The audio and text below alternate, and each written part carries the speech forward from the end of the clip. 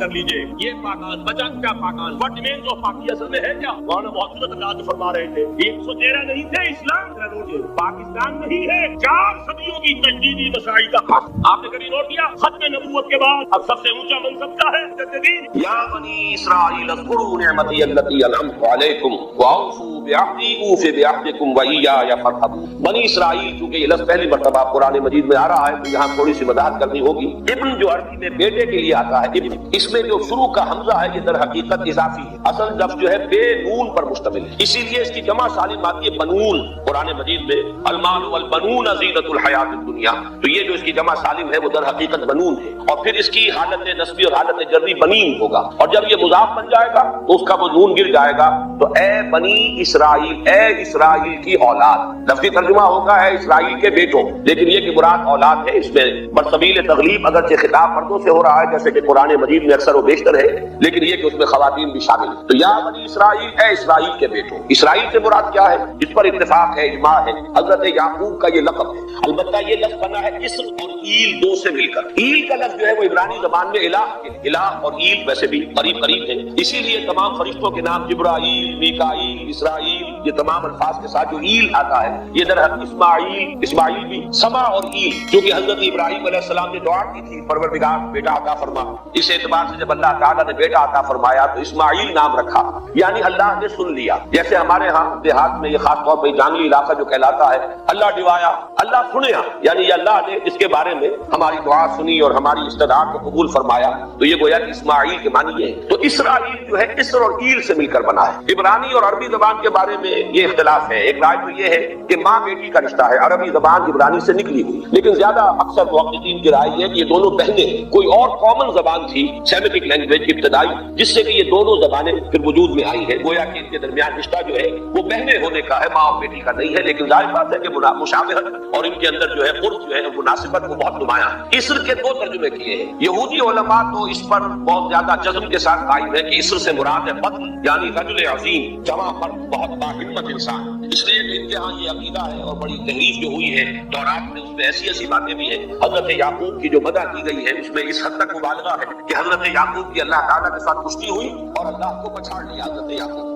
تو معلوم یہ ہوا کہ یہ تو بڑے بہادر اور بہت جری انسان اس اعتبار سے وہ بطن اور رجل کا ترجمہ کرتے ہیں اسر کا لیکن یہ کہ صحیح ترجمہ جو ہے وہ اسر کا ہے بندہ. اب اس لیے کہ عربی کا لفظ جو بنا ہے اسیر اسیری کوئی کسی کا غلام ہے اسیر اسی سے لفظ اسرا بنا ہے. اسرا ہے کلبہ بھی آپس میں جڑا ہوا ہوتا ہے ان کے بندھن ہوتے ہیں دوستی کے محبت کے اخوت کے. تو اسی طریقے سے یہ اسر کا لفظ آتا ہے کسی بندھن کے. اسیر جو ہے پچھلے زمانے میں جبکہ جیلوں کا رواج نہیں تھا تو اگر کسی شخص کے ذمے کسی کی کوئی رقم ہوتی تھی دینی تو اس شخص کو اس کے حوالے کر دیتے تھے. وہ اس کا ذاتی قیدی ہوتا تھا ذاتی اسیر اس کی تحویل میں رہتا تھا جب تک کہ اس کے اعزاء اقارب آ کر وہ رقم ادا نہ کرتے وہ شخص اس کی تحویل میں رہتا تھا وہ اس کا اسیر ہوتا تھا. اس اعتبار سے غلام کے معنی میں یہ لفظ جو ہے مستعمل ہے. تو اسرائیل کا ترجمہ ہوگا عبداللہ ادا. تو میں عرض کر رہا تھا کہ اسرائیل کا ترجمہ ہوا عبداللہ. گویا کہ اب تک ہم نے یا بنی اسرائیل کا ترجمہ کیا اے اللہ کے بندے کی اولاد. مراد ہے حضرت یعقوب علیہ السلام. حضرت یعقوب حضرت اسحاق کے بیٹے. حضرت اسحاق حضرت ابراہیم علیہ السلام کے دوسرے بیٹے ہیں.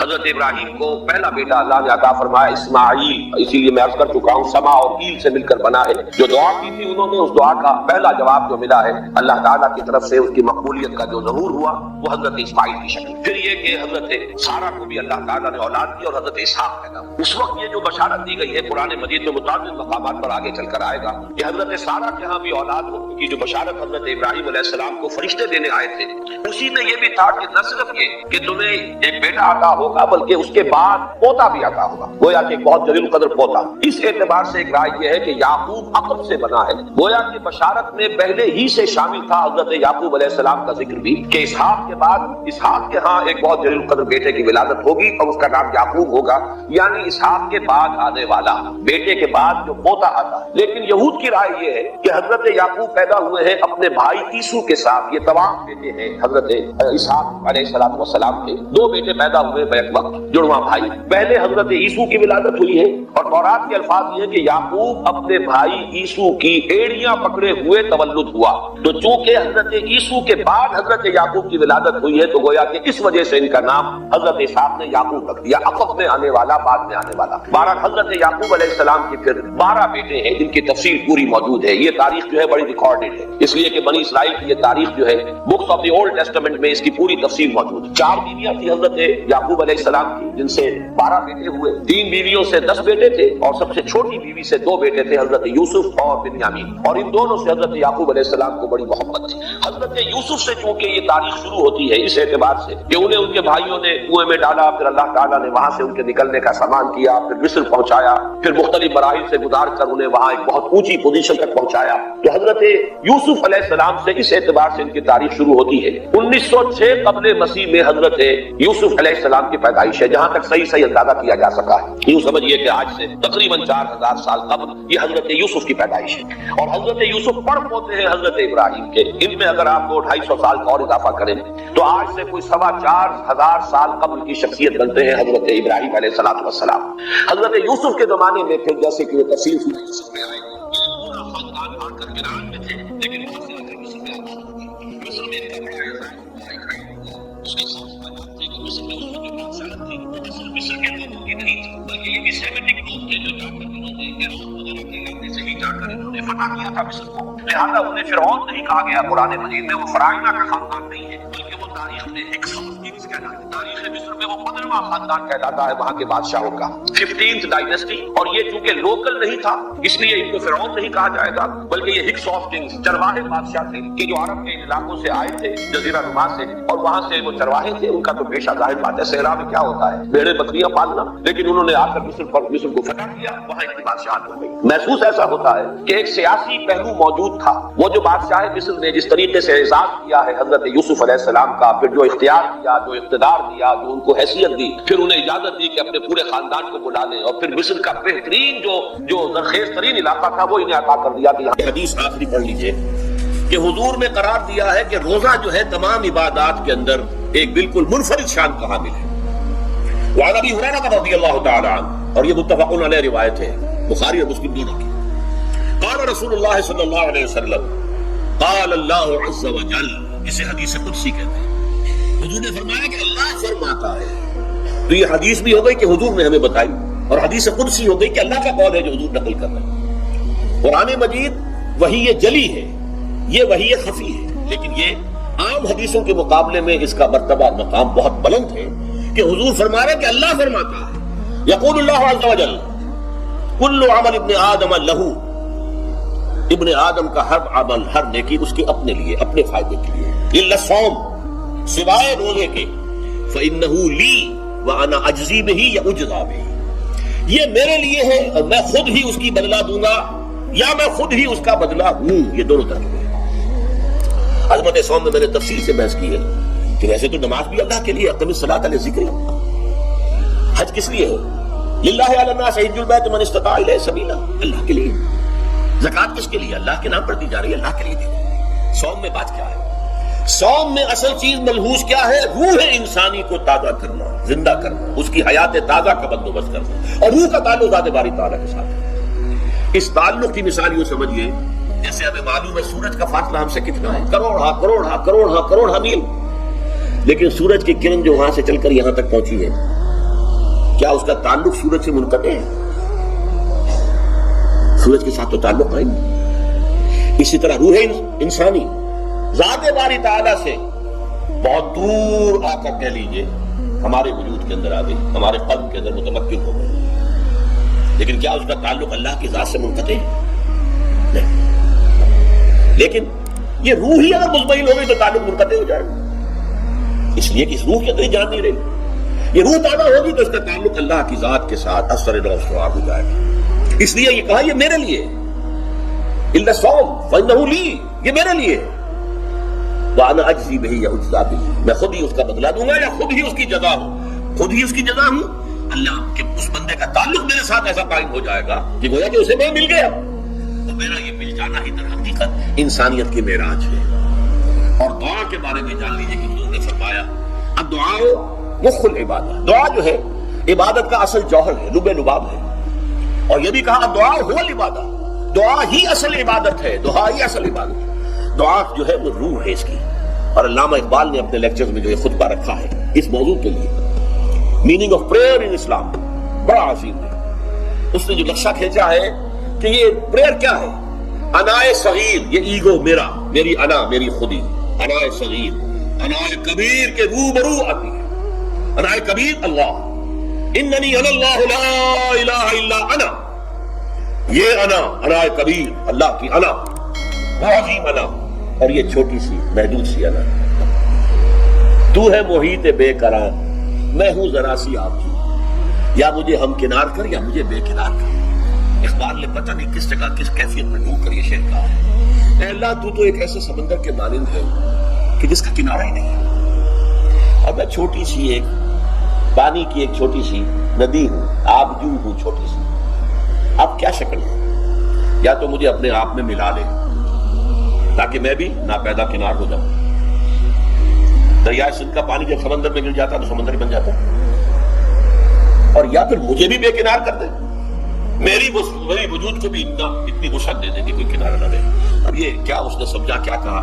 لیکن میں نے وہی انائے کبیر انائے صغیر. ایک ہے نماز ہم پڑھ لیتے ہیں، آپ نے سارا پڑھ لیا، سارا تعدیل ارکان بھی کر لی، لیکن اگر آپ کا اللہ کے ساتھ ڈائریکٹ کمیونین اور ڈائریکٹ کمیونیکیشن قائم نہیں ہوا تو نماز، جس کو کہ کہا گیا کہ الصلاۃ معراج المومنین، جو قرب حضور کو حاصل ہوا معراج میں، وہ ایک بندہ مومن دنیا میں رہتے ہوئے حاصل کر سکتا ہے نماز میں، اگر اس کی روح جو ہے واقعتاً ہم کا نام ہو رہی ہو. الحمدللہ رب العالمین الرحمن الرحیم مالک یوم الدین اہدنا الصراط المستقیم ایاک نعبد و ایاک. اگر ہم واقعتاً ایسے کہہ رہے ہوں کہ ہمیں احساس ہو کہ ہم اللہ کے حضور میں حاضر ہیں اور عرض کر رہے ہیں، سجدہ کریں تو حدیث میں آتا ہے کہ ایسے محسوس ہو کہ گویا کہ میں نے اپنا سر اللہ کے قدموں میں رکھ دیا ہے. یہ ہے نماز. اب جو گفتگو ہو رہی ہے یہ ہم کلامی ہے. الصلاۃ معراج المومنین، اہل ایمان کے حق میں یہ نماز جو ہے یہ معراج کے درجے میں. لیکن یہ نماز کیسے نصیب ہوگی اگر روح سوئی ہوئی ہے، دبی ہوئی ہے، پسی ہوئی ہے، مزمحل ہے یا مردہ ہے؟ یہ نماز کیسے حاصل ہوگی؟ چاہے آپ 5 وقت کی نماز پڑھ رہے ہو، چاہے آپ نے ہیبٹ بنا لیا ہو نماز کو، چاہے خوش بھی ہو گیا ہو، لیکن یہ کہ جب تک وہ روح بیدار نہ ہو، جب تک ہم کلامی نہ ہو. افلاک سے آتا ہے نالوں کا جواب آخر، اٹھتے ہیں حجاب آخر، کرتے ہیں خطاب آخر. جب تک یہ نہ ہو، جیسے کہ میں ایک حدیث قدسی انشاءاللہ آج سناؤں گا سورہ فاتحہ کے ضمن میں، کہ اللہ تعالیٰ کے سامنے جب کھڑا ہو کر انسان جب کہتا ہے انی وجہت وجہی للذی فطر السماوات والارض حنیفا، دائیں بائیں سے بالکل اپنا تعلق کاٹ کر میں نے اپنا رخ کر لیا ہے اس اللہ کی طرف جس نے آسمانوں اور زمین کو پیدا کیا. اب یہ توجہ وجہت، اگر یہ ہے چہرہ تو ہم نے کر دیا خانہ کعبہ کی طرف، اندر سے ہماری روح متوجہ نہیں ہوئی، وہ سوئی پڑی ہوئی، اسے پتہ ہی کچھ نہیں کہ کیا ہو رہا ہے، تو اس صورت میں وہ کیا ہے؟ ظاہری بات تو پوری ہو گئی، نماز کا ثواب ہو جائے گا، فرض کی ادائیگی کا ثواب مل جائے گا، لیکن وہ اصل نماز تو حاصل نہیں ہوگی. یہ ہے وہ بات کہ وَإِذَا سَأَلَكَ عِبَادِي عَنِّي فَإِنِّي قَرِيبٌ. اے نبی، جب میرے بندوں کی روحیں بیدار ہو جائیں، توانا ہو جائیں، حیات تازہ سے وہ ہم کنار ہو جائیں، اور پھر وہ میرے بارے میں پوچھیں، وہ میرا تقرب حاصل کرنا چاہتے ہیں، تو آپ سے پوچھیں تو کہیے میں قریب ہوں. اجیب دعوت الداعی اذا دعان، یہ ہے وہ دعا، میں ہر پکارنے والے کی پکار، ہر دعا کرنے والے کی دعا کو سنتا ہوں، قبول کرتا ہوں، جواب دیتا ہوں جہاں کہیں بھی مجھے پکارے. اذا دعان، اس میں در حقیقت وہ مفہوم آ گیا ہے there and done, wherever. آپ اپنے گھر میں ہو کر پکارے اللہ کو، آپ بستر پر لیٹے ہوئے پکارے اللہ کو. الذین یذکرون اللہ قیاما وقعودا وعلی جنوبہم. ہاں ٹھیک ہے، بعض مقامات بعض اوقات قبول دعا کے لیے زیادہ سازگار ہے، حرم میں جا کر دعا مانگی جائے، اور مینا میں عرفات میں خاص طور پر، جبل رحمت پر خاص طور پر، ملتزم جو ہے کعبے کا اس پر خاص طور پر، وہ ایام بھی ہے خاص. لیکن یہ نہیں ہے کہ بقیہ دنوں میں آپ کے اور اللہ کے درمیان کو بڑا فاصلہ ہے. یہ سارا دنیا میں مشرکانہ نظاموں نے تصور پیدا کیا، اللہ تو دور ہے، دور ہے، دور ہے، دور ہے، پاک ہے، پاک ہے، پاک، تم نہ پاک ہو، نہ پاک ہو، نہ پاک ہو، اور تم تو بڑی پستی میں پڑے ہو، تم اللہ سے براہ راست ہم کلام نہیں ہو سکتے. وہ درمیانی چاہیے، کوئی لنکس چاہیے، کوئی پجاری ہوگا، کوئی پروہت ہوگا، کوئی پنڈت ہوگا، کوئی پیر ہوگا، کوئی پادری ہوگا، کوئی پوپ ہوگا، اس کے ذریعے سے تم اللہ سے ہم کلام ہو، خود نہیں.